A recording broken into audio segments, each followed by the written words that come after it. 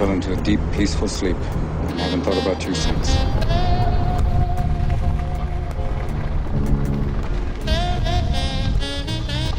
I love it.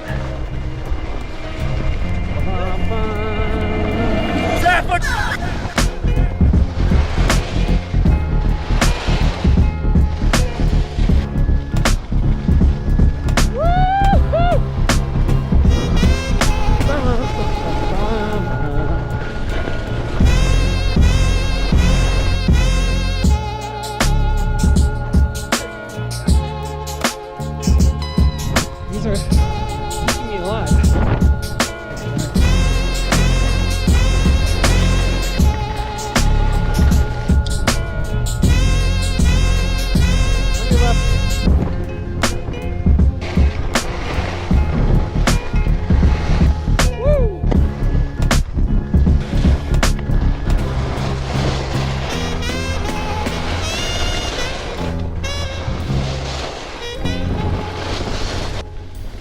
Oh yeah. All right, welcome. If you're new to the channel, my name is Elliott and you're watching Rickety Ski Reviews. Today, we're talking about the Volkl M7 Mantra. Now, this has been highly requested. I've been trying really hard to get my hands on the ski since they updated it from the M6. The M6 Mantra was one of my first reviews, and honestly, this is such a big improvement. Now, I don't want to get ahead of myself. We'll talk kind of specs and everything, but I am so happy and so grateful that my Volkl rep pulled through and was able to get these skis to me. Now, first off, these skis were provided to me by Volkl, but I'm not paid by Volkl and I'm not incentivized to give it any kind of score. They sent me a used pair of skis with demo bindings and I'm reviewing them and keeping them. So anyway, just full disclosure, but I don't get paid by Volkl or any other ski brand for these reviews. Essentially, the way that I do these reviews is I make AdSense on YouTube and I have an affiliate code down below. So if you do find this review useful and end up wanting to buy the ski, I will have an affiliate code down below, but there's affiliate codes for every ski. So, you know, I don't know. I'm gonna tell you the good and the bad and be 100% honest. So without further ado, let's talk about the ski. Now, I skied these in a 177 centimeter length. They have a 96 millimeter width underfoot. And because of that length, that means that these are 2,090 grams weight without the bindings. As you can see here, a pretty healthy amount of camber. It's got the carbon stringers through the middle here. And this has Volkl's 4D radius, similar to the Kendo or now the Mantra 88. Those radiuses are listed as 40 meter radius, 17 meter radius, 22 meter radius, and 25 meter radius. I would say 22 is probably the average of what you're getting, although you can throw them around and get that 17 meter radius. But the average skier is probably gonna be seeing more of that 22 meter radius than anything. Nice graphic, very in line with that red. Reminds me a lot of the old Volkl P60 or Race Tiger. They always had their GS skis red and their slalom skis yellow. All in all, this is a beefy ski. This is in that mid-width. I would say that this qualifies as a crud cutter, a ski that is really good in bad weather. But now that I've kind of shown off the ski, let's talk about the most important part, how it actually felt on snow. Now, first impressions with the ski were super positive. This felt like a ginormous improvement from the M6 Mantra. I like the M6 Mantra, but it was kind of a beefy on-rail ski for a very specific type of skier. I feel like this is much more approachable for a wide audience. First impression for me, just feeling the difference, is this ski is much springier than the previous generation. Kind of like if you looked at the 2024 to 2025 Nordica Enforcer, kind of similar to that when Nordica changed the wood.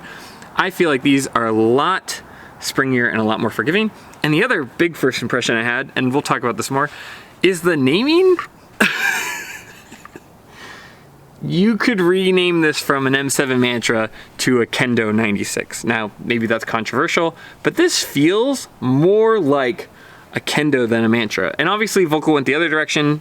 I think Mantra is just a better known name, but they decided to take the Kendo and move it into the Mantra line, making it the Mantra 88. But honestly, this felt more characteristic of the Kendo than it did previous Mantra generations. I'm not saying that as a dig. I really love the Kendo. And maybe some of that is that 4D radius getting implemented, whereas it used to be 3D radius. I don't know, just overall, it has much more turn diversity like the Kendo has, or the Mantra 88. Sorry, I'm getting hung up on names. But these feel more like the Mantra shifting into the Kendo lane than the Kendo was shifted into the Mantra lane. if that makes any sense. For people who are big Volkl fans, that makes sense. For everyone else, I apologize if I'm being confusing. Now these skis retail for $849, which is on the pricier end, but honestly, I do think for the level of versatility, that's not an outrageous price and pretty on par with like what you'd see at Black Crows or any of those other brands. Also, I know that everyone says I say these names wrong. There's always an American version, but if you want to say it the German way, you say Volkl. Just like ruche gloves, I think they call them Ruche. Anyway, I don't speak German, but just gonna get those comments out of the way. Now let's jump into the good, which is probably 90% of this review, and then we'll talk about the bad. Or not even bad. We'll talk about the downsides or areas where this ski maybe doesn't flourish as well as others. Like I said before, this is probably one of the biggest generation to generation ski improvements that I have ever witnessed. Now it wasn't like the M6 Mantra was bad, but holy moly, I think this is a much better ski, much more approachable ski, and honestly just in general an overall better value. To be completely honest with you, this is my favorite bad weather ski. What does that mean? It means that if the snow is soft and sticky, if it's been raining, or like in Idaho, we will have pretty firm pack, we'll have corduroy and groomed runs, but in the afternoon, the snow gets sun-baked and then it gets a little sticky, and so depending on whether it's sunny or shady, you'll get kind of lurched. In my opinion, this is the best ski for the afternoon for when the snow is not ideal, while still being good when the corduroy is ideal. This ski carries momentum better than any other ski out there that I've seen. The other ones maybe that are close would be like the current gen Nordica Enforcer and the Stokely Stormrider are kind of in there. But I think that if there's bad weather, this would honestly be my first choice. I love skiing these in all conditions, and if you're looking for like a safe bet ski, this not only has the mid-width that's gonna allow you to do all that other stuff, but on top of that, it just really charges through. I talked the other day about how the Atomic Maverick has the Horizon Tech, and I like the Horizon Tech, but it can get caught up because there's more surface area to get caught on heavy wet snow. This to me is like the solution to that heavy wet snow. It not only manages to have like great turn shape, but also just charging right through the crud and carrying the momentum, being kind of bulky enough that it gets through that heavy wet snow without compromising on the carving. Like I said before, I absolutely love this ski. While it's not the most forgiving ski, and that'll be kind of one of its drawbacks, it doesn't necessarily let you change course at the end of the turn. Like if you were looking at the Volkl Blaze, which is very forgiving and will let you change course, this is in a different vein. This is very like, you're set on this trajectory and you're headed there. It's not as bad as the M6 Mantra. That ski was like really dead set on wherever the momentum was taking it. This is not doing that. It's a little bit more forgiving, but in the broad range of all skis, this is not the most forgiving ski out there. And that's okay, but you should know about that. And so while it's not the most forgiving ski, I will say that this is probably the most dependable ski on the market. It will get you through any like adverse snow condition in style. It's pretty amazing. Now, that being said, I wouldn't say or recommend it for indecisive skiers. I think this is for skiers that have a lot of power behind their turns and know how to look ahead and pick their direction. But if you like to carve and you don't want to be left behind, like depending on, it's always hard to predict what the snow is going to be like. If you don't want to be left behind, you want to be able to go to the mountain and know that you'll have fun on trail or off trail, I think that this is a fantastic option. While all the time, all talking about the bad condition snow while carving well on good condition snow and bad condition snow. That is my biggest takeaway, and my favorite thing about this ski is it makes zero compromises in the carving. There's a lot of skis out there where they'll say, okay, well, we're gonna do powder or we're gonna do these other things, but carving's gonna kind of take a back seat. What I love about Volkl is they say, no, no compromises with the carving. The carving is gonna be good or we're not gonna build that ski. And that couldn't be more true with the M7 Mantra. It does not make sacrifices in the carving. It always makes sure that no matter what the snow conditions, good or bad, you are going to be able to carve a clean turn, and that's what I love about this ski. Now that we talked its praises, now that you know kind of what it thrives in, let's talk about the downsides, because there are a couple of them. All in all, I love this ski, but if you're in the market, you should know what it's for and areas where it maybe struggles more. And and there's other skis for those other things, so let's jump right into that. Now, like I said, this ski is not the most forgiving. It's pretty beefy, and it's not gonna let you change course if you're not really decisive with your turns. If you're just suddenly like, oh, I wanna go that way, you need to plan ahead and you need to be a pretty strong skier, you know. So that can be a downside, but I think if you're somebody who likes carving and likes kind of that style that Volkl has, this is very much in that same vein of previous mantras, or, you know, the Mantra 88, where a lot of the turn kind of happens underfoot in the middle of the turn, especially if you're on steeper pitches. I found that being able to kind of wait for the edge grip to happen underfoot really rewards the skier, but for some people, that might not be their style. The other thing I found is if you really push these skis, I mean really push them, and this is a minor amount, but if you're on hard pack and ice with air quotes, because out west we don't really ever get ice. I mean, you get some, like in the shadows, if it's skied off, you can get some really hard pack firm snow. If you push these all the way and carve as hard and tight as you can, you will feel a little bit of chatter in the tips. With these being a little bit wider skis, there can be a tiny little bit of chatter, but I'm telling you, you have to be booking it, going fast, charging hard, making a hard turn on a hard surface before you start to feel anything. And honestly, I would say 90% of skiers would never feel that with this ski. You have to be really pushing it to its limit to feel any kind of chatter. Now, that's to be expected, and certainly these are much more damp than most other skis, like my Atomic Mavericks, you know, the Salomon QSTs, yeah, you name it. Most other skis have a lot more chatter. This is a very damp and very stable ski, but with picking this over the Mantra 88 and having a little bit of extra width, I can say that there's a little bit tiny hair lower threshold for when you can push this ski to its limit and feel a little bit of chatter. Now, it's not folding, it's not doing anything unstable, but when I like took it on the Super G hill and really pushed it over one of those, you know, blind knolls where there's a lot of shade, it's like, oh, I can find some chatter in there. But like I said, 90% of people aren't gonna feel that, and it's really hard to find that. And honestly, any ski, you'll find chatter if you look deep enough, but I don't know, I think the extra width brings the threshold down a little bit versus the Mantra 88. But, you know, big picture, that's hard to be upset about. The other thing is, it's certainly not a powder ski. You know, what I felt with this ski when skiing with Zach, he was on the Blaze 104, I was on these, and then we switched halfway through the day, is that these are not powder skis, but in medium amounts of powder or even deeper amounts of powder, you can get by. They'll keep you afloat. They don't thrive in it. It's not their jam. It's not the thing they're best at. These really, like I said, are, when the snow conditions are bad, this ski does really well. But surprisingly, I didn't feel like I was drowning in them either. They didn't want to submarine right away. They were trying to keep me afloat, and they were trying to get me by. Like I said, this ski is the most reliable ski that I've ever skied on. In any kind of condition, I felt like this ski was gonna pull through for me and get me through whatever kind of terrain I needed, whatever kind of conditions I needed.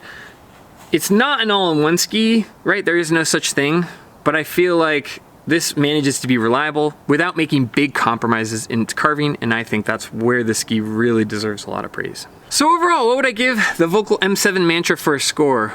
Honestly, the price is right in the middle. I think the value is there for how much diversity it gives you, for still giving you great, clean turns. I think this is a ski that I could safely keep in my car year-round and know that if the snow conditions are bad for whatever I decide to try to ski on, that these would pull through for me and still give me a good day. I'm blown away by the improvement. I like these skis a lot. I loved carving on them. I feel like they make so few compromises while still being kind of a versatile Swiss Army knife of a ski. And honestly, I typically hate mid-width skis. I hate the 95 to 102 area.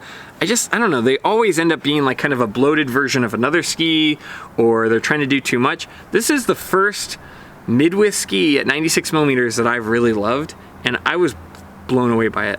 I think this might be the best mid-width ski I've ever skied on. The only other one that comes close, I think, is probably the Black Crow's Justice, but again, that's different width and doing some different things, and not as versatile as this. This ski really is damp and really is probably a safer bet especially for bad conditions. I like the Black Crow's Justice.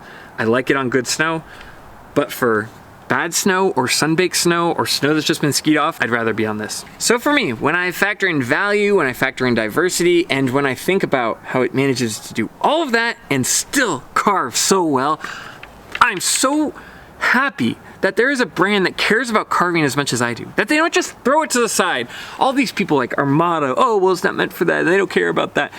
To see someone take a stand and say, you know what, we're gonna do all that and carve well, I gotta say, I'm very happy with the ski, very happy with all of the decisions Volkl made along the way and how they think about skis and how they care about skiers and how they care about the performance underlying.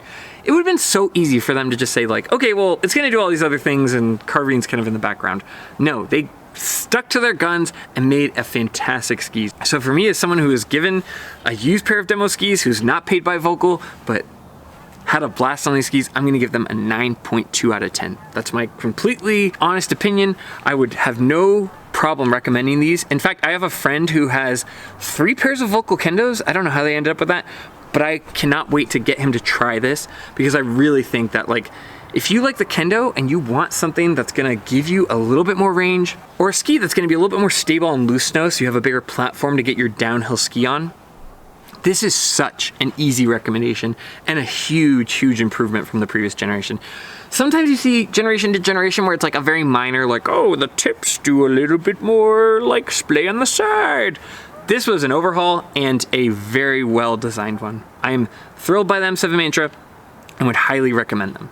9.2 out of 10. So anyway, if you found this review helpful, please consider using the links down below. Those are affiliate links. It doesn't cost you anything extra, and a portion of that goes to the channel. In fact, it's about 50% of our total income for the year. We don't take any sponsorships. We don't take especially sponsorships from ski companies. We don't take any money from any of these brands. We do it through YouTube AdSense and through affiliate links. And so yeah, if you're gonna buy these anyway, please use the links. If you don't need skis, like, that's fine. No pressure. I'm never trying to pressure you guys to buy anything, honestly, if you don't need it. But if you're gonna buy it anyway, please consider doing that. It helps support the channel. Another free way to support the channel, you can like and subscribe. We also have channel memberships, but as always, more than anything, just thanks for being here. Thanks for watching my videos. It means a ton to me, and it's been what has enabled me to have access to these skis. And also, shout out to the Volkl rep. I gave him kind of a hard time with the Kendo review because it took like a year to get these, but my God, it was worth the wait. So thank you, Volkl, for sending these to me. I always say this, and I probably sound like a broken record, but it speaks volumes when a brand is willing to send their product to an independent, small YouTuber like me. I guess I'm less small than I used to be, but to someone independent where they don't know what I'm gonna say and they trust their product so much that they were willing to send it, I think that just speaks volumes about the brand. So I love these skis. I actually took 3 days to ski on them. I skied 1 day left over after a powder day, 1 day just kind of a neutral day, and then today when it was hard packed and firm and it was really well groomed with a lot of corduroy. And so because Volkl sent these to me, I was able to get a lot more mileage than I would be if I just did a demo 1 day. So thank you, Volkl, for letting me be really thorough and review these over the course of several days. Especially a ski like this that's so diverse. I feel like I was really able to like see the ski's diversity over the course of several days, probably 3 or 4 days total. So anyway, I really appreciate that. I really appreciate you guys. And as always, I'll see you in the next one. See ya.